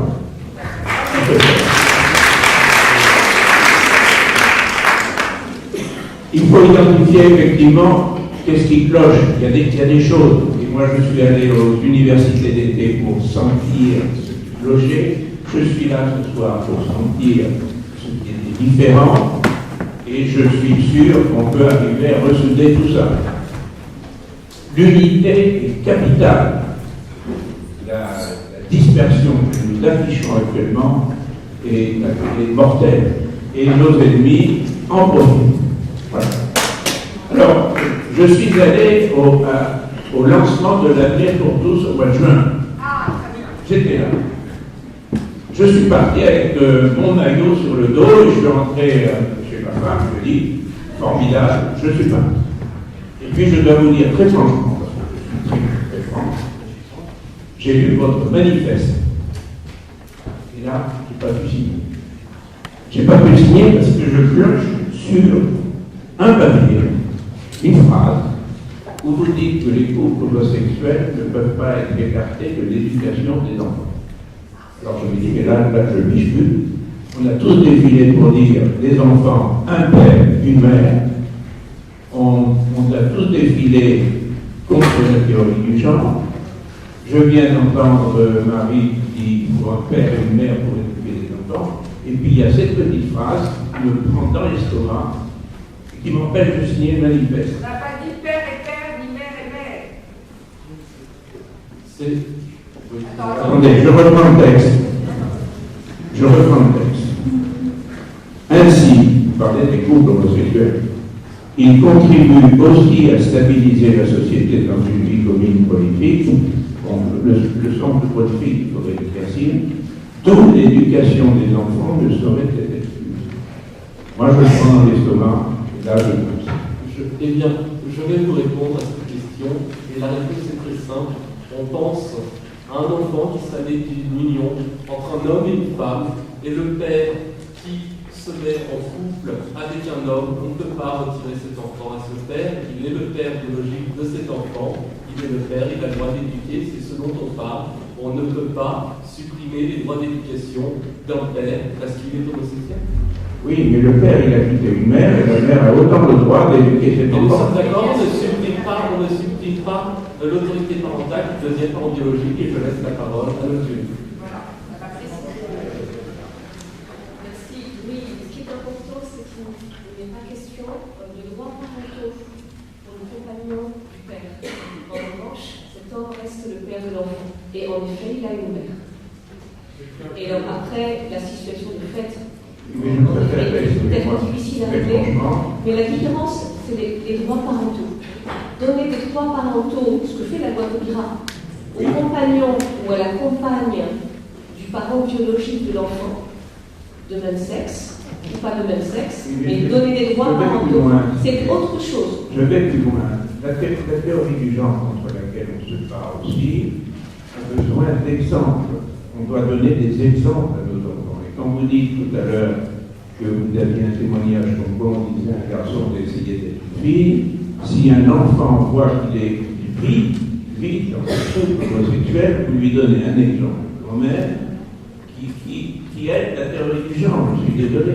Le père biologique, je lui fais confiance, il essaiera de protéger son enfant. Comme spécialiste de l'enfance, je peux vous dire que il ne faut pas en effet parler de sexualité aux enfants. Il ne faut pas les exposer à la vie privée de leurs parents. Et on ne le dit pas assez ça. Et c'est ça la façon de les protéger. Il y a plein de façons de les protéger au quotidien dès lors que le père cherche à protéger l'enfant. Mais on ne peut pas empêcher une situation de fait. En revanche, on peut empêcher la loi Taubira d'institutionnaliser cette situation en donnant des droits parentaux à la compagne ou au compagnon de même sexe. Ça, c'est très bien, mais ça, c'est du juridique. Je prise dans le couple. Vous avez un ménage, homme-femme, qui divorce parce que c'est soit l'homme, soit la femme, tout d'un coup devient homosexuel. Ce qui est, tout à fait, je ne me battrai pas. Mais que l'on conçoit, on donne la carte de l'enfant à celui qui devient homosexuel et non pas au parent qui est resté hétérosexuel. On ne parlait pas du tout de lui donner la garde, on parlait comme dans tout couple divorcé ou dans la grande majorité de la garde alternée. On ne peut pas retirer les droits parentaux à un homme ou à une femme parce qu'ils sont homosexuels. C'est la seule chose qu'on dise qu'on ne peut pas, parce qu'il y a des gens qui le réclament et ça on est formellement opposé. On ne peut pas retirer les obligations comme les droits parentaux à une personne parce qu'elle est homosexuelle. C'est la seule chose qu'on dit. D'accord avec vous sur ce point. Et j'aimerais réagir quand même au gender dont vous avez parlé. Le couple homosexuel, ce n'est pas la théorie du genre. Il ne faut quand même pas tout mélanger. Non. Au contraire, je penserais même que les homosexuels qui appliquent la théorie du genre, ça devient beaucoup plus compliqué que le simple fait de l'homosexualité. Parce qu'un homme qui est en couple avec un homme, mais qui en fait est une femme, c'est plus de l'homosexualité, c'est pas de l'hétérosexualité, c'est à la moitié de la psychiatrie. Oui, donc il ne faut quand même pas se mélanger. Ce qu'il faut savoir, et derrière tout ça, ceux qui ont fait passer la loi, ce qu'ils veulent, c'est que nous devenions tous bisexuels. C'est ça qu'ils ont derrière la tête. C'est-à-dire qu'en réalité, avec la théorie du genre, et avec le fait que vous êtes monsieur Dupont, par exemple, eh bien vous pourriez devenir homosexuel après tant d'années avec votre femme, et votre femme, de la même façon, pourrait changer. Ce qu'ils veulent, c'est nous pousser à une infidélité permanente qu'ils appellent des fidélités alternatives ou des fidélités successives, et vous serez en fidélité avec un monsieur, puis avec une dame, c'est du n'importe quoi. Mais par contre, ce que je crois, vous n'avez pas à vous inquiéter, parce que ce qui est dit dans la loi qui est préparée, c'est que le père, qui est le père biologique avec lequel a vécu l'enfant, celui-là garde son droit pour l'enfant, mais que le nouveau compagnon du père, celui-là n'a aucun droit. Il n'a aucun droit. Le père fait ce qu'il veut s'il veut aller avec un autre homme, mais l'enfant garde son papa et sa maman. Donc, je suis tout à fait d'accord avec ça. Seulement, je vous dis, moi, que le fait qu'un enfant vive, même en garde alternée, dans un couple homosexuel, vous démontrez que l'homosexualité est une chose. Voilà. Moi, je crois qu'il faut. Nous nous sommes battus. Il faut depuis un an. Nous nous sommes battus depuis un an pour garantir l'origine des enfants, pour garantir le fait qu'ils aient leur père et leur mère dans la mesure du possible et surtout que la loi leur garantisse. On ne peut pas maintenant faire marche arrière et dire certains parents, eh bien non, n'ont pas le droit d'être parents, donc leurs enfants n'auront pas le droit d'avoir des deux parents biologiques et retirer les droits parentaux. On ne le peut pas, c'est contraire à tout notre débat, si ce n'est dans une femme et tous les enfants doivent garder un père et une mère. Juste une petite annonce, la police demande que les voitures garées en double fil s'en évitent avant d'être emportées. Pas par contre. Attends, je précise. Oui, après je donne la parole à la dame. Cher monsieur, je vous ai bien entendu. Clotilde, qui est là, va reprendre la charte sur cette phrase qui est ambiguë. Hein. Nous allons bien préciser ce que nous devons dire. Les droits parentaux sont réservés aux parents biologiques, enfin ce sont ceux des parents biologiques, et c'est logique, puisque nous voulons restaurer la seule filiation biologique. Voilà. Voilà, on va la reprendre et c'est Clotilde, comme vous avez vu, qui est la spécialiste juridique et qui a déjà écrit la loi d'alliance civile, qui va le faire. Au revoir Jean-Marc. À bientôt. Voilà, il y avait une question d'une dame. Oui, c'est la dame, c'est moi. Et ma question elle est toute simple et je crois qu'elle est au-delà de l'homosexualité. Les enfants qui ont des parents qui se sont séparés, il y a des beaux-pères, des belles-mères qui changent, ou alors qui sont stables, mais qui n'ont pas forcément de statut, qui n'ont pas forcément de droit ou de devoir vis-à-vis des enfants avec lesquels ils vivent, ils peuvent éduquer ou co-éduquer, enfin, il n'existe pas de terme. Moi, j'aimerais bien savoir effectivement pourquoi est-ce qu'on s'interroge uniquement sur la situation des beaux-parents quand ils seraient homosexuels. Cette situation, elle est valable, quel que soit le genre de la personne. Nous nous retrouvons effectivement dans la même situation. Là, nous étions dans un cas où des personnes avaient des enfants ensemble, un homme et une femme, et puis le monsieur ou la dame partent avec une personne de même sexe. Donc, effectivement, on se retrouve dans cette situation de beaux-parents, entre guillemets. Nous, notre position aujourd'hui est assez claire, mais je ne sais pas, on ne l'a pas tous forcément confronté. La filiation, les droits de parenté appartiennent aux parents biologiques. Donc, il n'y a pas de droit particulier à donner aux parents qui soient homo ou hétéro. Il y a aujourd'hui, si véritablement il y a une stabilité qui s'instaure, moi j'ai par exemple, mon frère est avec sa nouvelle épouse qui s'occupe merveilleusement bien des enfants et ça se passe bien. Si elle aide de mon affaire, il y a que si ma première belle-sœur est d'accord, qu'elle aura des droits. La mère garde des droits. Déjà, ils sont séparés, c'est déjà grave pour les enfants. Vous imaginez bien que si les enfants se voient donner, n'est-ce pas Géraldine? Interdit, dit-elle. Pas de droit qui prête sur les droits de la mère, qui est déjà pas très bien, forcément très bien, dans très bon terme avec le père. Vous comprenez, on ne va pas rajouter. Sur le statut du beau-parent, pour l'instant, nous sommes. Il y a des décisions judiciaires qui peuvent se faire dans les gardes internées, sur les délégations d'autorité parentale s'il le faut, mais ça doit être en accord entre toutes les parties et dans l'intérêt supérieur de l'enfant. On n'enlève pas le droit à cet enfant. Voilà. Bonsoir à tous. Bonsoir. Je vais juste revenir sur la question du monsieur tout à l'heure. Je disais que vous avez dit que vous ne pouvez pas supprimer l'état de fait, qu'un enfant se retrouve malgré notamment le choix initial du parent biologique dans un couple homosexuel. Moi, la question qui me vient à l'esprit, c'est qu'est-ce qu'on fait pour lutter contre cet état de fait? C'est-à-dire, cet état de fait, on a parlé de la théorie du genre, je pense que ce n'est pas complètement délié. C'est-à-dire que la théorie du genre, c'est pas qu'on soit tous bi, c'est plutôt qu'il n'y ait absolument aucune identité sexuelle, même d'orientation sexuelle. C'est que chacun soit libre de faire tout ce qu'il veut, toutes les expériences qu'il veut, etc. Du coup, un enfant se retrouverait dans une situation où il est confronté à un mauvais exemple au niveau du couple homosexuel. Du coup, qu'est-ce que vous comptez faire contre la théorie du genre qui impose une ambiance dans la société qui produit ces effets-là? parole à Henri, mais moi j'ai déjà une réponse. Abroger la loi Taubira qui institutionnalise la loi du genre.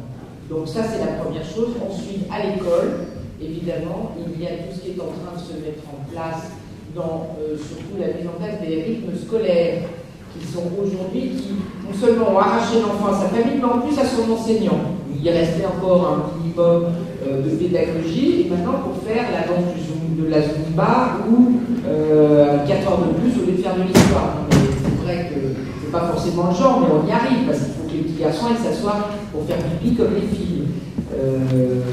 Et ça, effectivement, je sais qu'il y a des associations, et la Manif pour tous a notamment aussi je crois, une action par rapport à ça, mais il y a des associations de parents, d'élèves, et je pense que c'est aussi à elles, aujourd'hui, de prendre les choses en main. Si vous voulez, mon principe, c'est un peu que chacun fasse selon ses compétences. Donc les compétences des parents d'élèves, c'est les associations de parents d'élèves dans les écoles, publiques ou privées, qui doivent effectivement se prendre conscience et se mettre à agir par rapport à cela. Ne vous inquiétez pas, le coût des rythmes scolaires est déjà tellement en train d'embêter, pour ne pas dire pire, les mères qui n'ont pas les moyens de le financer, que ça va aussi se sentir dans le résultat des municipales, n'ayez crainte. Mais pour le reste, la lutte précise, moi ma première lutte reste la même. La loi Taubira institue la loi du genre. Donc déjà, abroger la loi Taubira, la réformer de façon réaliste. Henri, un petit peu. Simplement, la théorie du genre est une absurdité anatomique déjà. Quand un garçon est un garçon, une fille est une fille, bon, il va se développer tout simplement physiquement et psychiquement d'une manière différente. Et quand on nous fait croire qu'il y a la possibilité de l'un ou de l'autre, il faut simplement réfléchir sur un temps capital de la vie qui s'appelle la puberté. La puberté d'un garçon, ça n'est pas la puberté d'une fille. La puberté d'un garçon ne démarre pas avant 12 ou 13 ans. La puberté d'une fille peut démarrer dès l'âge de 9 ans. Physiologiquement, vous avez des petites filles de 9 ans qui ont passé déjà la puberté. Donc ce qu'il faut, c'est tout simplement bien montrer que le garçon et la fille, c'est physiquement, psychiquement différent. Et qu'il y a une construction qui se fait par l'intermédiaire du père et de la mère qui représente justement les modèles.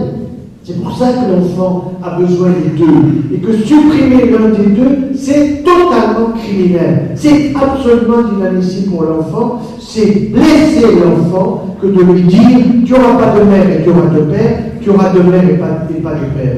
Quand j'ai vu Mme Taubira, je dis à Mme Taubira, j'aimerais que vous m'expliquiez comment la commission va dire à un enfant qui vient de naître, toi petit, tu as deux papas. Toi, tu as deux mamans.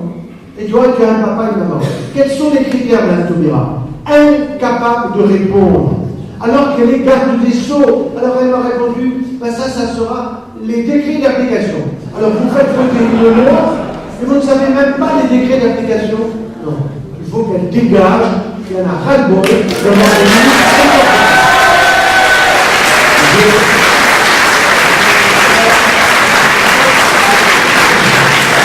Je vais répondre à votre question sur la partie du modèle. Et elle était déjà présente dans votre question. Quel modèle donne-t-on à l'enfant? Quel exemple donne-t-on à l'enfant? Mais c'est ce qu'on disait. Moi, nous pensons, c'est ce que disait Nathalie, c'est ce que je pensais, que bien avant la naissance, il y a des choses qui créent les conditions de l'homosexualité. Et que je sache, j'ai un père, une mère, j'ai toujours vécu avec eux, ils n'ont jamais été séparés, ils s'aiment, ils ont toujours vécu ensemble, ils m'ont toujours bien élevé, je suis homosexuel. Les homosexuels sont de fait des enfants d'hétérosexuels, donc c'est pas le fait de leurs parents. Donc c'est pas parce qu'un enfant est élevé par un couple homosexuel qu'il deviendra homosexuel, c'est exactement la même logique.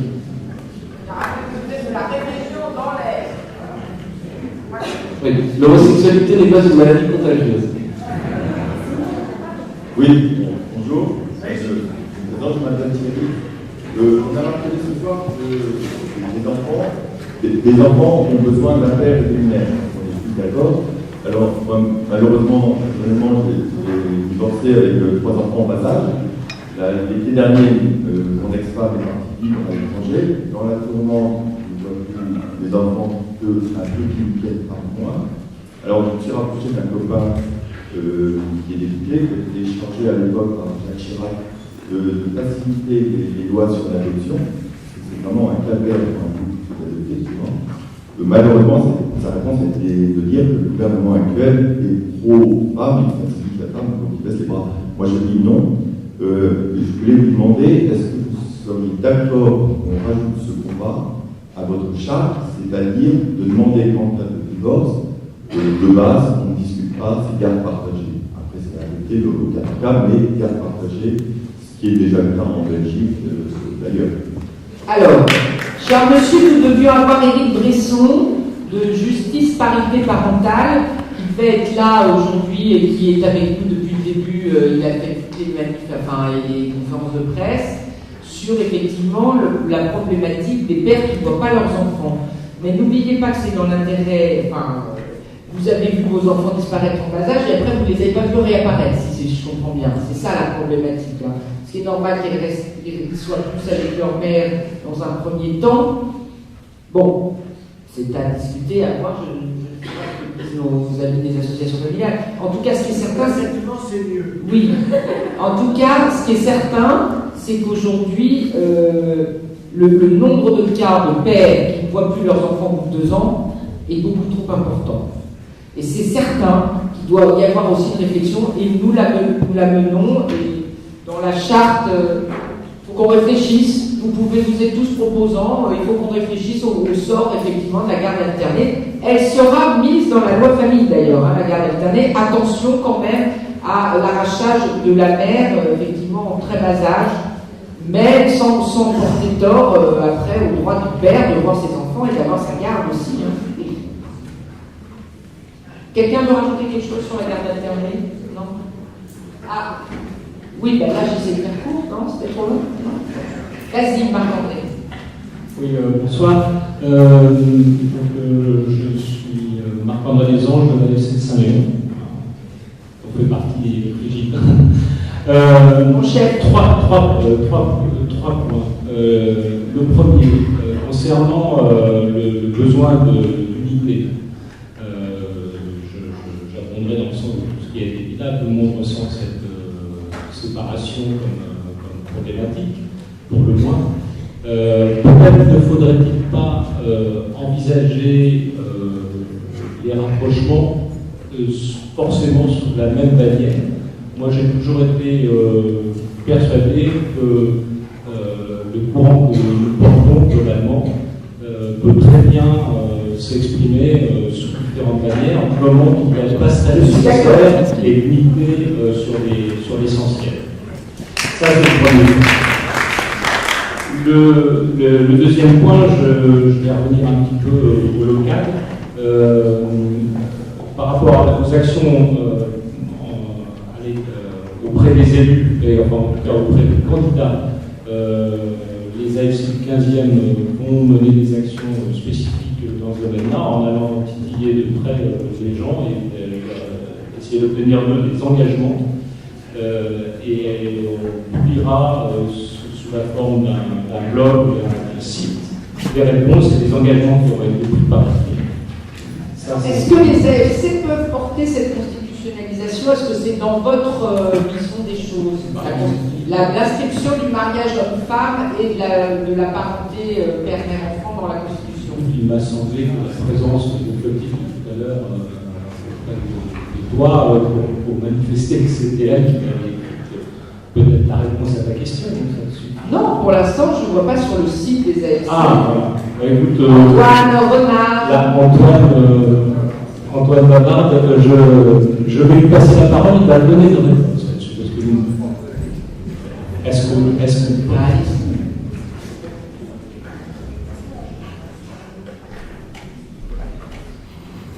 Nous lançons l'appel à la constitutionnalisation aux AFC en présence de leur président. Voilà.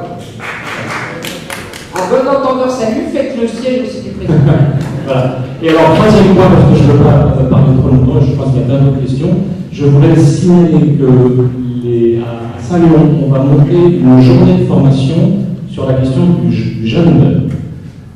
Cette journée de formation aura pour but d'éclairer les gens sur ce que c'est, le fond, d'où ça vient, ces artifices, ces masques derrière quoi ils se cachent, et éventuellement les buts qu'on peut voir derrière, et surtout apprendre à proposer ce qui peut remplacer le gender dans les questions qui sont posées et mises en avant, comme l'égalité homme-femme, les stéréotypes en matière sexuelle, l'homophobie et tout. Il y a tout un tas de réponses beaucoup plus intelligentes que celles qui sont avancées derrière la théorie du genre. Cette journée de formation a lieu le 30 novembre. Elle n'est pas réservée aux AFC. Les AFC vont être un peu les organisateurs, mais toutes les associations et personnes individuelles qui veulent participer à cette journée de formation seront les bienvenues. Voilà, je n'irai pas plus loin, on va passer à la parole à toi. Merci. Un petit mot qui est un peu lié, puisqu'on parlait du genre, de l'homosexualité, etc. Si jamais il y a des chrétiens dans la salle, je ne sais pas, ou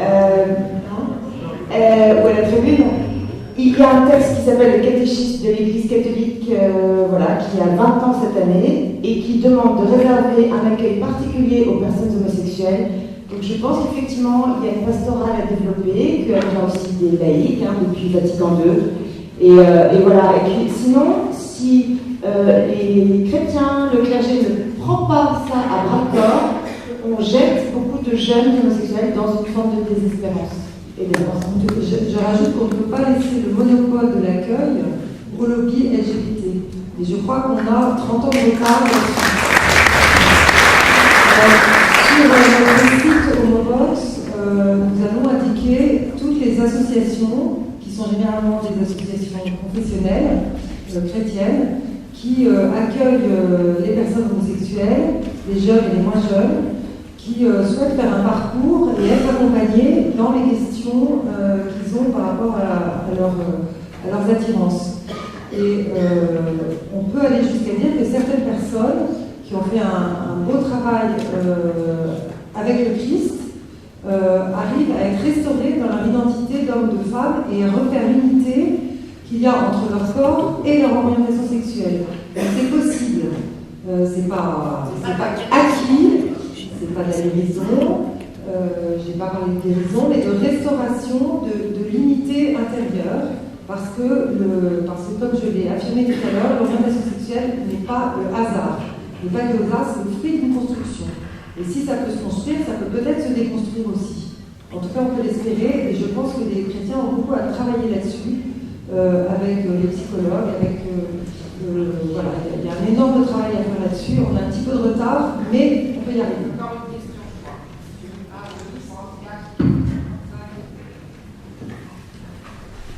Je suis ancien président d'une fédération nationale qui s'appelait les Nomères, mais mères, pas M-A-I-S, mais M-E, accent grave, R-E-S. Alors ma question concerne la loi Bertolotti. Je pense que certains ont déjà vu un avant-projet. C'est sorti. Parce que je vois que M. Hervé Binet, que tout le monde connaît, qui a été le rapporteur de la loi Taubira, dont on a beaucoup parlé essentiellement, ce qui est normal, au Parlement, insiste beaucoup pour faire respecter ce qu'il appelle l'engagement de M. Hérault sur la PMA. Parce que M. Hérault, je ne sais pas comment est-ce qu'il a pris exactement cet engagement, en termes de date, mais il a une action extrêmement violente sur ce point. Alors pour M. Hérault Binet, je peux te dire que je l'ai rencontré et on devait avoir, il n'y avait pas plus de 15 minutes. Nous sommes restés 1h30 ensemble. Et en arrivant, je lui ai demandé s'il y avait des enfants. Il m'a dit qu'il en avait 5. Je l'ai félicité chaleureusement. Je lui ai dit, que fait votre épouse? Il m'a dit, elle est chirurgienne. Très bien, c'est une de mes collègues. Et elle est chirurgienne. Oh, ah oui, mais elle a arrêté. Pourquoi? Parce qu'elle s'occupe des enfants. Je dis, vous savez, on manque de chirurgiens, par contre, on a trop de députés.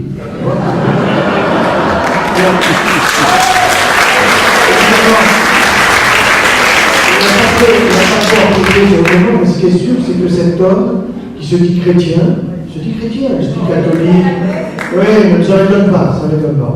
Cet homme, il marche de travers. Il y a quelque chose dans son citron qui ne marche pas bien.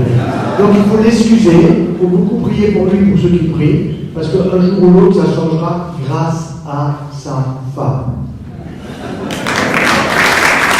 Chers amis, je sais encore quelques questions, mais voilà, il va falloir quitter la salle à 11h et je vois des gens s'en aller. Je me permets de vous dire que ce mouvement, si vous voulez qu'il continue, il a besoin de vous. Donc vous pouvez repartir en signant la charte et en donnant des sous, car nous n'en avons plus. Voilà. Alors nous n'en avons pas. Mais nous avons la générosité de notre curé et on est bien heureux. Voilà. Je dis ça pour ceux qui s'en vont maintenant. Et en fait, on va prendre 3 questions et ensuite on va se séparer parce qu'il y a Francisco qui doit fermer le théâtre. Et pour les autres questions qui n'auraient pas été posées, n'hésitez pas à nous les envoyer par mail, donc contact@l'avenirpourtous2014.com.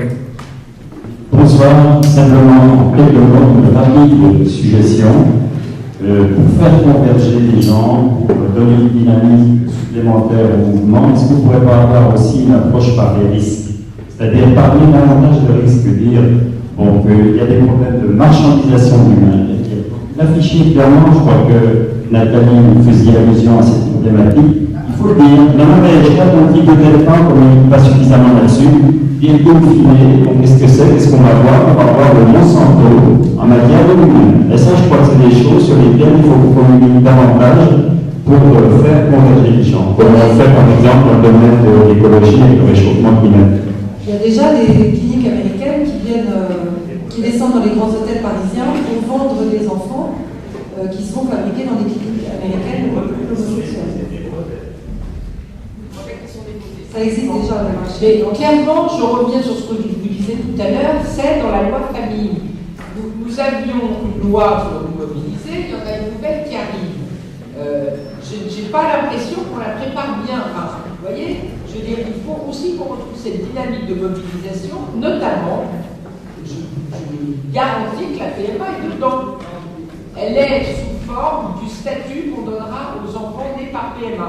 Elle nous l'a redit, Madame Bertinotti, j'ai lu dans l'Express hier. 1500 enfants nés par PMA doivent avoir un statut. Alors, Antoine. Ce ne sera pas dans la loi de vie au sein du calendrier. Non, alors, parle. Alors, donnez un micro à notre ami. Je le micro, là. Je peux poser la question? Non, parce qu'Antoine devait nous répondre. D'accord. Je ne parle pas de la procréation elle-même, hein, mais du statut qu'on va donner aux enfants nés par PMA qui sont normalement hors de la loi. Si la question précise porte sur la loi famille qui va être présentée au Parlement d'ici la fin de l'année, parce que Mme Bertinotti tient à respecter ce qu'elle a envoyé, c'est une question d'orgueil, ne comprendra pas la PMA et ne peut pas. Parce que Mme Bertinotti a reçu l'instruction de Jean-Marc Ayrault de ne pas en parler, puisque Hollande, le gestionnaire de la démocratie encadrée, qu'on appelait autrefois le président de la République, a décidé qu'on attendait l'avis du comité consultatif d'éthique. Donc c'est simplement pour des questions de calendrier. Oui, alors, je reparle des 1500 enfants nés par PMA à qui elle va donner des droits. Enfin, moi, j'ai vu ça très clairement qui m'a été confirmé. Il y a 5 points qui sont en effet destinés à la protection de l'enfant. Il y en a un qui fait un peu parler de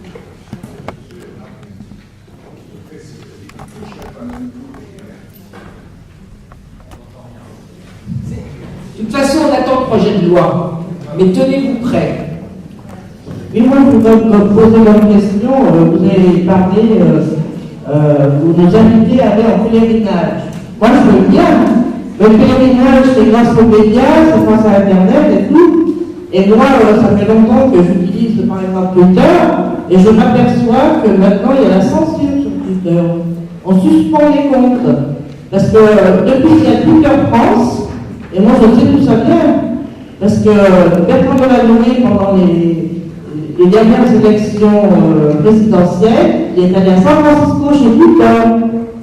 Et maintenant, il y a Twitter France. Et les comptes, ils sont souvent suspendus si on parle de certains sujets sensibles.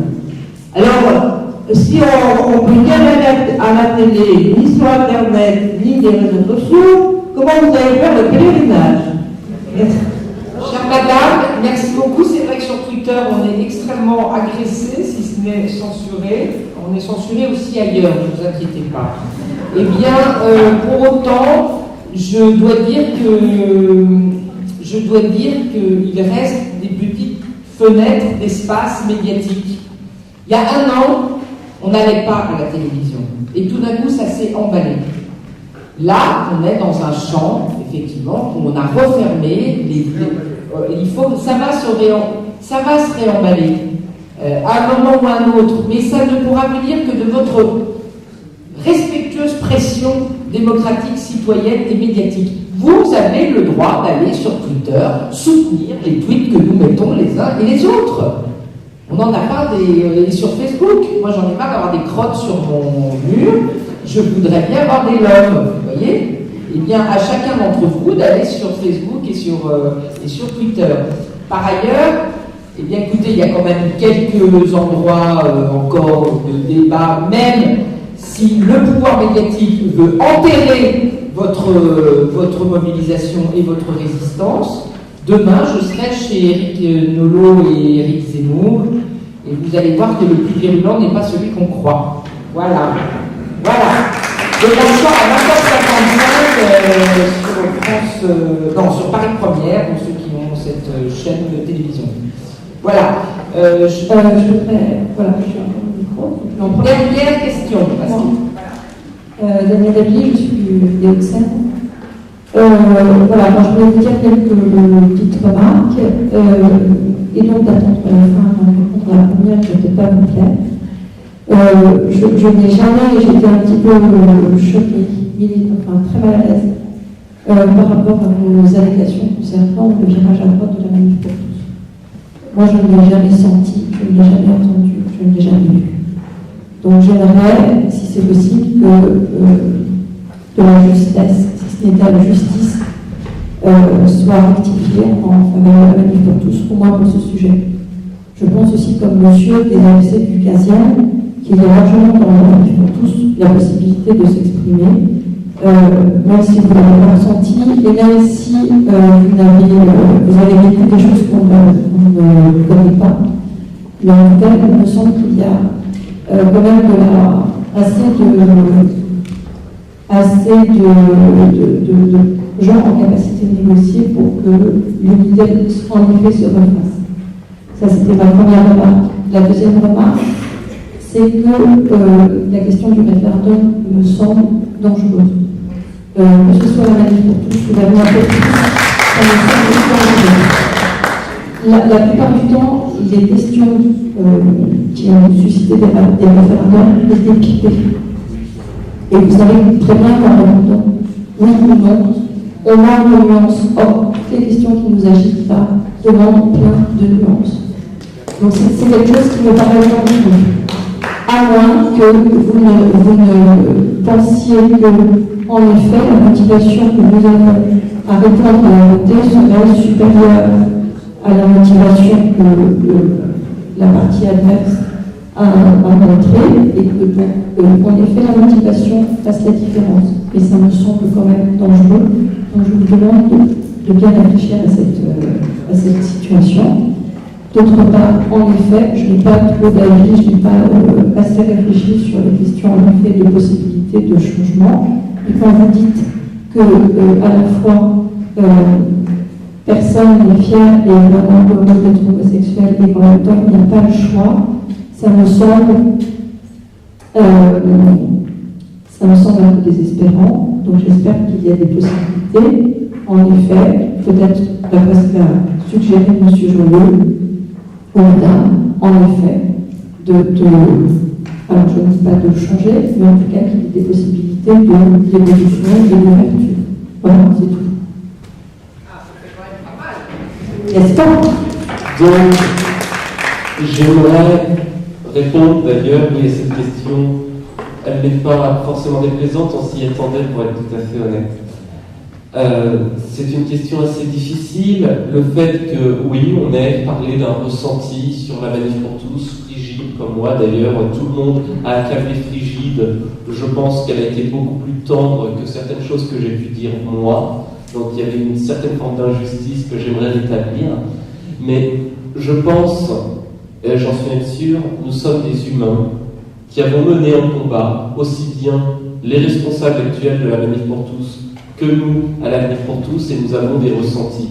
Nous avons des ressentis que nous pouvons exprimer parce que j'ai toujours fait un choix, le même que Frigide a fait, pendant tout ce combat. Nous avons tout donné, nous continuerons de tout donner, y compris notre sincérité, notre entièreté. Nous avons toujours été entiers, nous resterons toujours entiers, et quand nous avons un ressenti, on ne peut pas s'empêcher de le dire. Ce n'est pas une condamnation, c'est plutôt comme un conseil. Attention, on a ce ressentiment, on a cette impression, on a ce ressenti, on a cette impression. Peut-être que d'autres Français l'ont. Donc attention à ce que ce sentiment ne soit pas une vérité. Voilà pour la première question. Qu'est-ce qui donne cette impression de ressenti, de radicalisation et de ressenti? C'est simplement le fait qu'on ne puisse plus s'exprimer. C'est tout.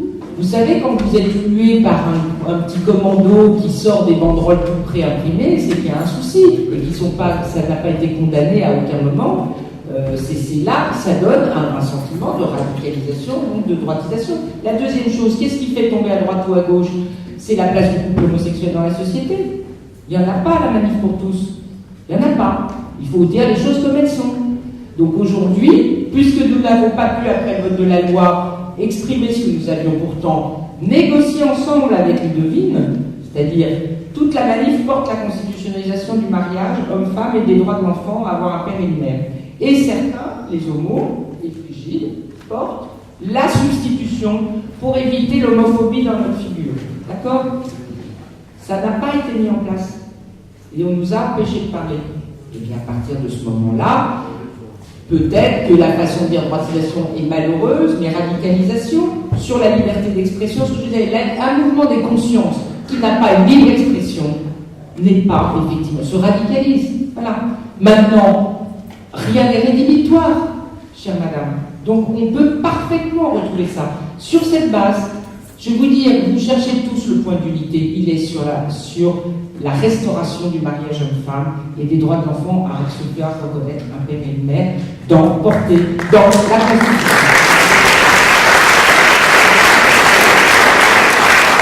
Je remercie ma réponse. Très clairement, oui, il y a plein de choses dont on a vécu, et je ne reviendrai pas dessus, et qui ont prouvé qu'il y avait un sentiment qui n'était plus le même. D'ailleurs, ce n'est pas uniquement une volonté, il y a aussi le fait que je pense, beaucoup des Français qui se sont levés sont tombés dans le piège qui est tendu depuis le premier jour par François Hollande, qui est ce piège de la radicalisation, qui a tout fait pour qu'on tombe dedans. Et c'est justement ce qu'il ne faut pas faire. Il faut rester sur cette ligne ouverte, la même ligne qu'on a eue depuis le début, depuis le 17 novembre, et même depuis le 7 novembre, la conférence de presse d'annonce de la manif pour tous, la création de la manif pour tous, son annonce le 7 novembre, la ligne a toujours été la même, et c'est avec cette ligne-là, on l'a maintenant, qu'on ne tombe pas dans le piège du président de la République, et que donc, on ne fait pas le jeu du président de la République, et de la montée des extrêmes. On voit que dans les européennes, le dernier sondage donne le FN en tête avec 24%. Mitterrand a fait monter les extrêmes, enfin l'extrême droite, et François Hollande est en train de refaire la même chose, en oubliant quelque chose quand même, François Hollande. C'est que Marine Le Pen, contrairement à Jean-Marie Le Pen, a la volonté de prendre le pouvoir, volonté que n'avait pas Jean-Marie Le Pen. Sinon, pour les deux autres questions,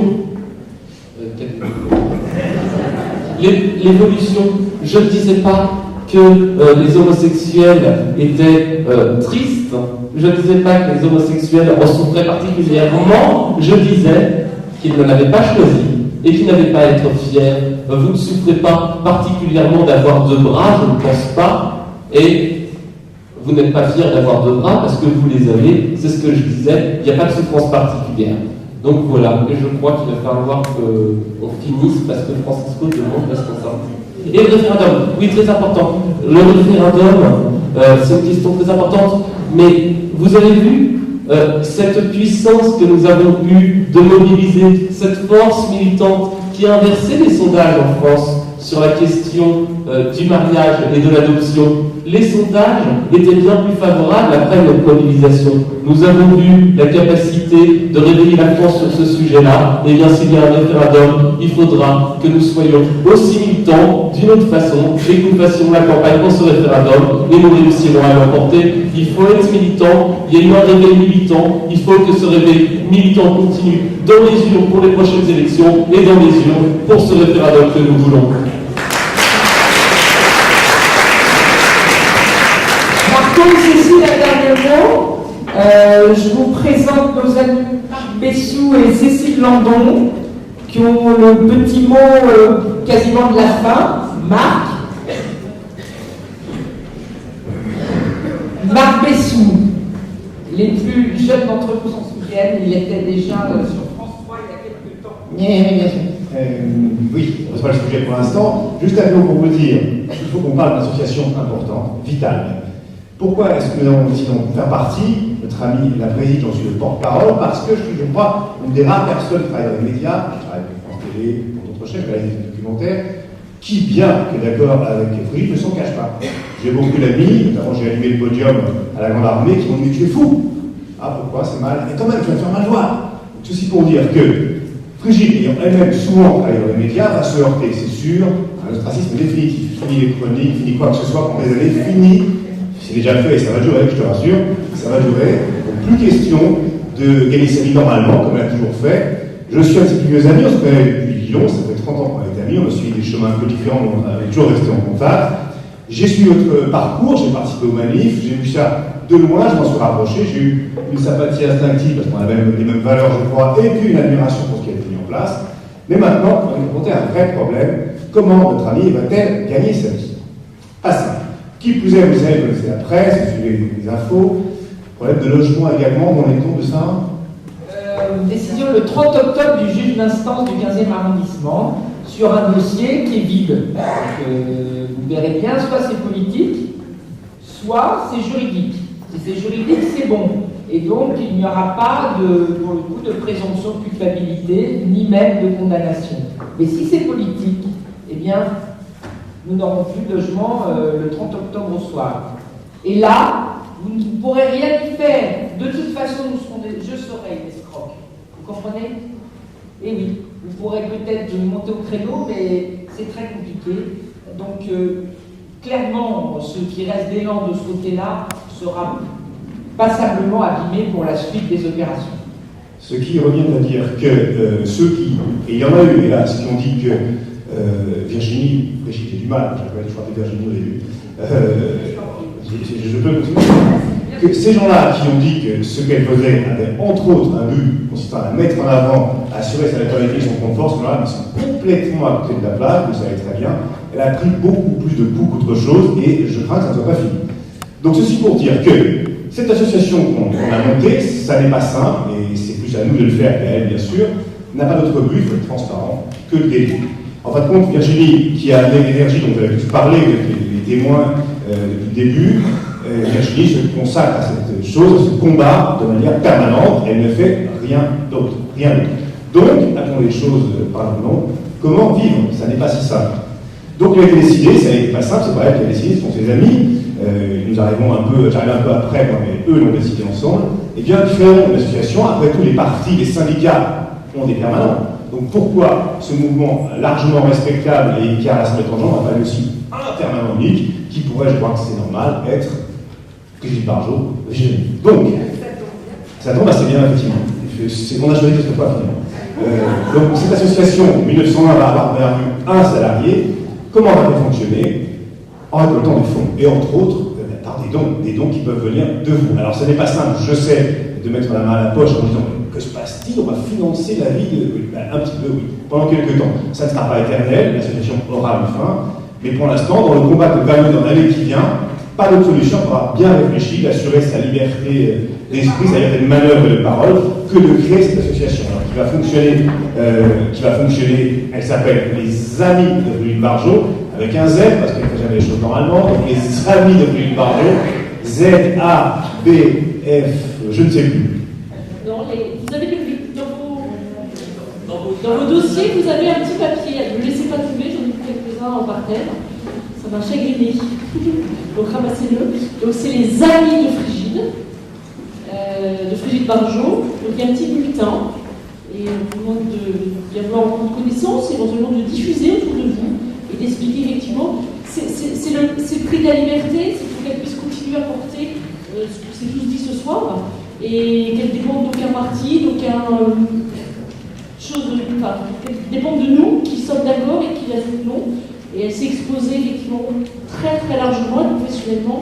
Je pense qu'on peut lui rendre ça. Parce qu'effectivement, la liberté, elle n'a pas de prix, mais elle a un coût. Donc voilà, continuons et soyons libres. Alors, désolé, les opérations, des ventes, des livres, des avoir, mais aussi, c'est vrai, par contre, de solliciter, mais c'est au moins le lien de la transparence. Et la transparence sera affichée en permanence dans l'association. Il n'y aura pas de super de journalistes ailleurs, mais c'est effectivement le prix de la liberté de celle qui est votre porte-parole et qui, je crois, parle préféré des Français dans cette opération. On est tous à peu près d'accord, me semble-t-il. Voilà, vous savez tout. Le bulletin, l'association, pour les reconnaissances, faites le circuit autour de vous. Nous comptons sur vous. On a besoin de vous pour que le combat soit mené et pour qu'elle puisse avoir le temps nécessaire. Merci les amis. Merci beaucoup. Il reste à nous séparer. Je remercie Géraldine Chabussy, la droite humaine, Antoine Renard et Marc-André Desange qui ont été ici chez eux aux AFC de Saint-Léon. Homovox avec Nathalie Billancourt, très courageuse de faire ce que tu fais, et les uns aux autres, tu vas semer la bonne parole.